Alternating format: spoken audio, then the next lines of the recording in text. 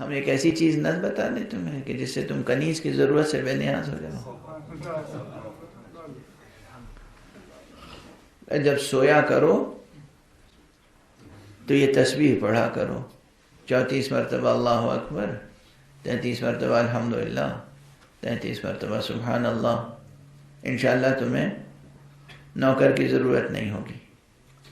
سوال کیا ہے، جواب کیا ہے؟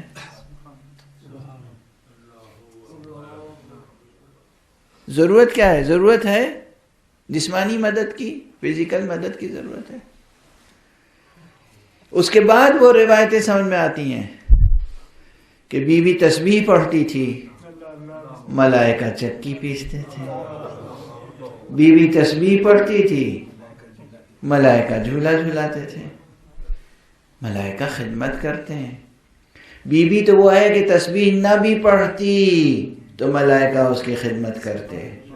یہ ہمارے اور آپ کے لیے تعلیم دینے کے لیے ہے. اے اہل ایمان، اگر تم چاہو کہ اللہ ملائکہ کے ذریعے سے تمہاری مدد کرے تو تم اللہ کے ذکر میں ڈوب جاؤ، تمہاری زندگی میں آ کر ملائکہ تمہاری مدد کرے.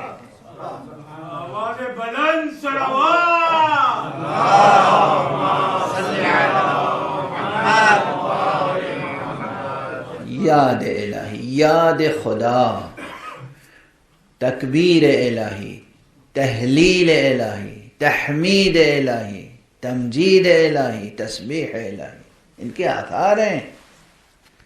جب آپ اللہ اکبر کہتے ہیں، جب آپ الحمدللہ کہتے ہیں، جب آپ لا الہ الا اللہ کہتے ہیں، جب آپ سبحان اللہ کہتے ہیں، اس کے آثار ہیں.